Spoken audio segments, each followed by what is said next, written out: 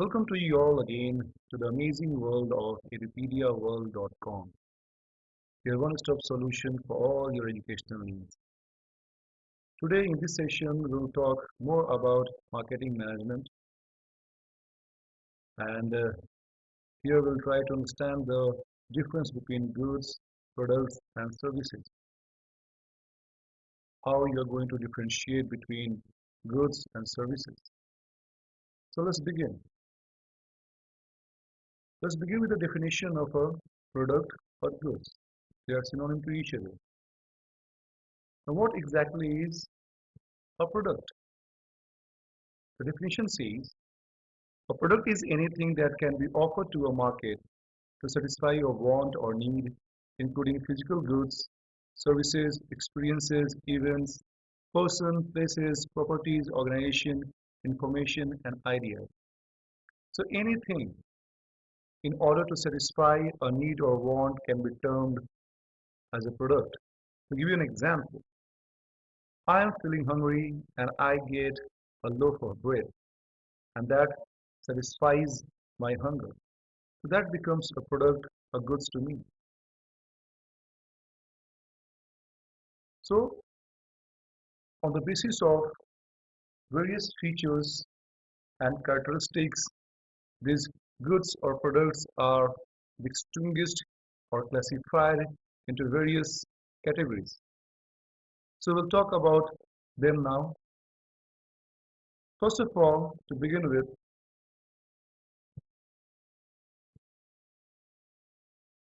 the product is classified on the basis of three parameters. First is durability and tangibility. Second is consumer goods. And third is industrial goods. Now, if I talk about durability and tangibility parameters, I see a product is classified into various categories, and the first one is non-durable, which is tangible and perishable. For example, milk products. You cannot store that thing for a long time, for a longer duration. So that is non-durable. When I talk about durable, I'm talking about anything which lasts long, durable product like oven, refrigerator, television, and so hence and so forth. Third is services. So what exactly it is? Services, the first characteristic of services is intangibility. Intangibility means the thing which you cannot touch, which you cannot smell, but you can only feel, like tax preparation, consultancy, and etc. So this was all about product classification based on durability and tangibility. Now we'll talk about consumer good and the different parameters, the different class they are classified into. So if I'm talking about consumer goods, there are convenience goods, shopping goods, specialty goods, and south goods. Now what is convenience good? As you see the name suggests, convenience good like which is easily available, conveniently available, like soaps, newspaper, all these things. Now second is shopping goods. The shopping good is something for which I need some kind of involvement. If I have to purchase furniture, I select a retail outlet, I select furniture, I give some time, so there is some involvement. So that becomes shopping good. The same condition is with clothes. Now talking about specialty goods, the examples are automobiles, men's suit. Now if I talk about automobiles, I want a particular brand of car, diesel or petrol variant with this kilometer of mileage and all other features. So they are specialized goods, specialized products. So they fall into this category. Now the last is unsought goods. Now unsought, as the name in itself is self-explanatory. Unsought means the products, the goods which is not sought for, which is not very much in demand, or till the time like till the time you don't look out for goods or products every time. And I can give an example of insurance symmetry plots. Now, how many people like they are very much aware about their insurance, unless like there is something which is very urgent, like tax saving, as well as uh, to safeguard their life or vehicles against any unforeseen event. So all those things, same goes with symmetry plots. All those things will fall into unsolved goods category. The consumer goods is classified into four class, which we just understood. Now the third is industrial goods classification. Now if you see industrial goods classification, they are again classified into different classes. First is materials and parts, and this materials and parts is further classified into other heads. The first is farm products which is produced in farm, wheat, cotton. The second is natural products, fish, iron ore, coal, which is available in nature. Third is component material, and this is iron. Now mind this thing. In natural products, the example I have given is of iron ore. But in component material, the example is iron. Iron is manufactured, is extracted from iron ore. And cement, which is again an amalgamation or combination of various materials, various elements. The fourth is component parts. An example would be tires and castings. Casting means the the prototype, the the mold of anything will fall into this class. Now talking about capital items, which is again a, a class of industrial goods. First is again this is also very much similar to materials and parts, is divided into two subcategory. First is installation, and installation is, as the name suggests, is factories, offices will all fall into this thing. And equipments, what are the machines, what are the equipments used in factories and offices? Example you can see hand tools, computers, fax machine. The third is supplies and business services. Now even this is divided into two subcategories. First is maintenance and repair, and examples of maintenance and repair would be paint, nails, writing papers. And the second is advisory services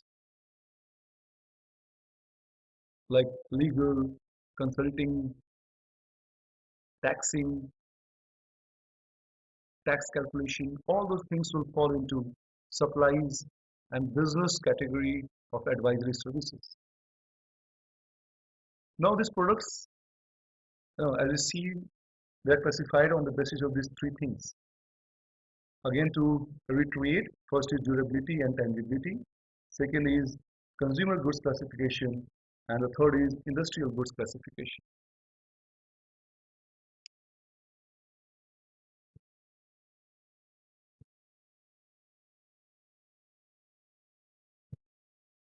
So what exactly is this goods and services continuum? Now, if you see this word continuum, the definition, the dictionary meaning of this word is gradual continuation, moving along the flow. Now, if you see in this slides, I have tried to explain the difference between goods and services. Now, if you talk about goods, you see paper truck production equipment. the thing which you can touch, which you can feel, that becomes a part of goods or products. Now these goods start moving. Now if you see in between this green block and the yellow block, there is an orange block which is auto repair, uniform rental restaurant. And the last block is healthcare, care accounting. This is a service, this is a thing which you cannot touch or which you cannot smell. You can only feel. So, good is something which you can touch, which you can feel, service, which you cannot do that. Here it is. Goods, physical products. Services, non-physical products. Intangible in nature. So that is the natural, normal flow from good to services.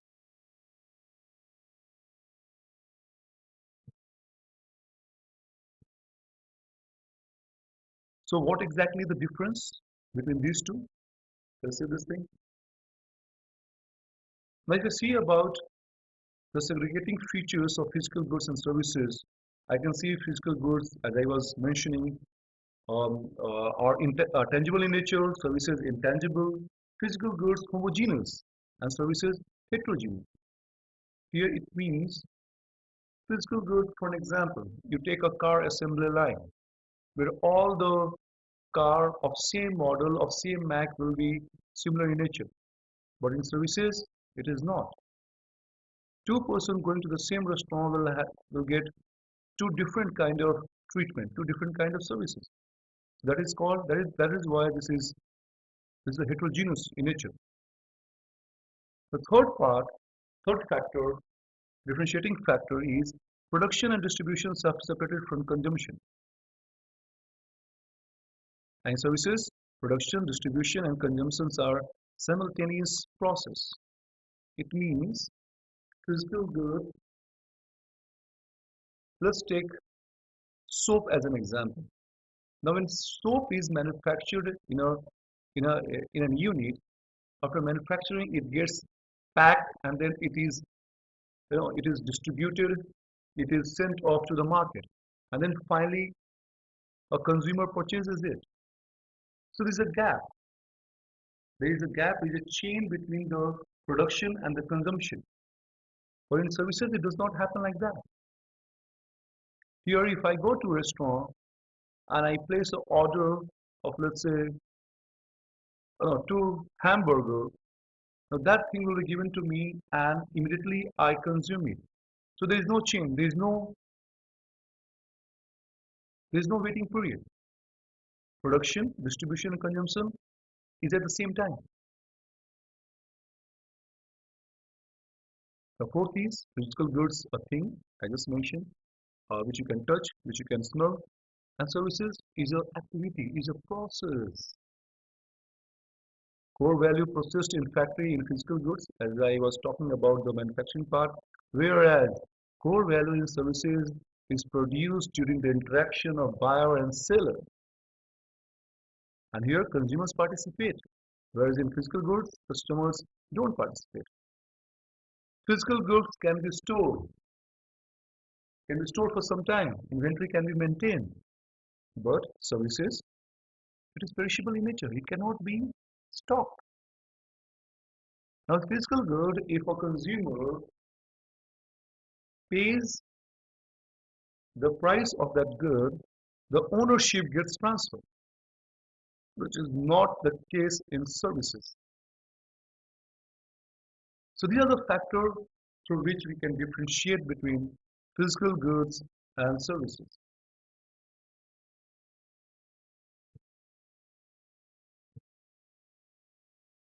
So now let's talk about services.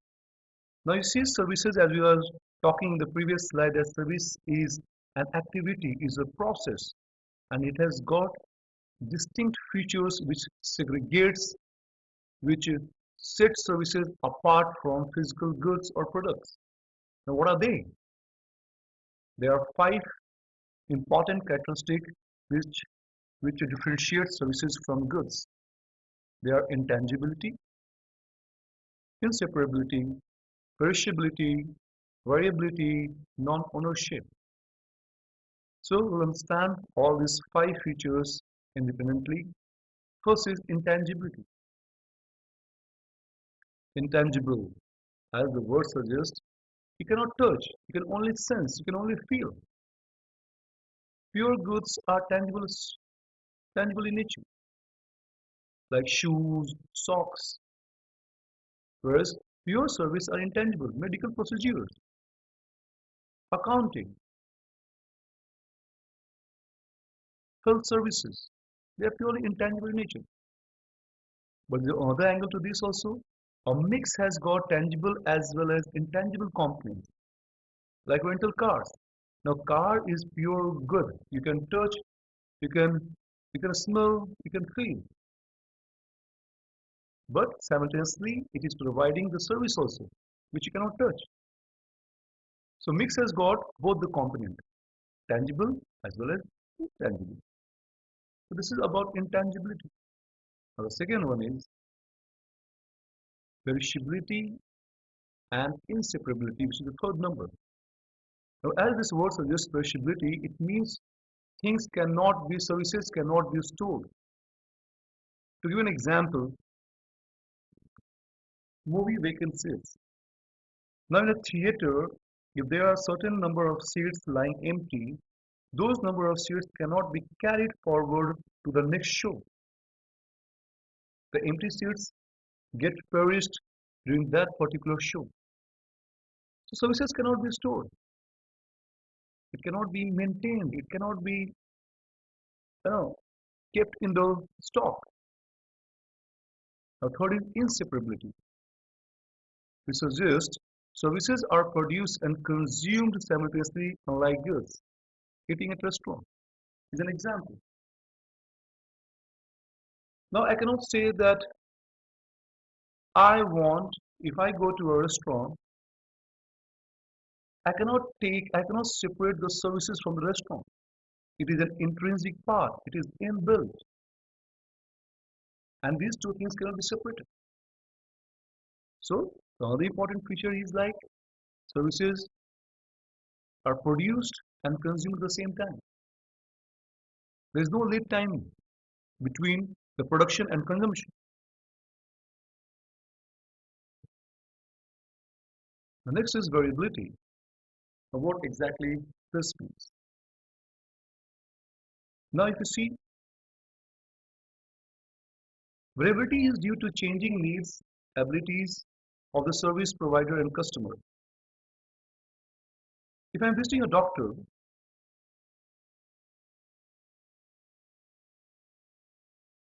one doctor will give different type of services to two different patients.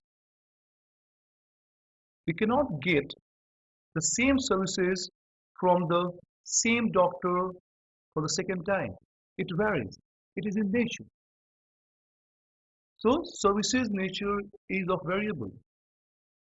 If I go to a particular eating joint twice, or like the two persons are going to the same eating joint, they will experience different kinds of services, even though the place is same. Maybe the person involved in handling the services are same, but of the degree of variability will be there. Now, the most important thing is non-ownership. Now, as I am consuming that service, that does not mean that I become the master of that service. The ownership does not get transferred in the case of services, which is the case in goods or products. If I make payment of goods and products, the ownership gets transferred. But in services, it's not. I cannot claim a McDonald's rate just because I'm having a burger over there. The ownership does not get transferred. So these are basically the five important characteristics which sets services apart from products and goods.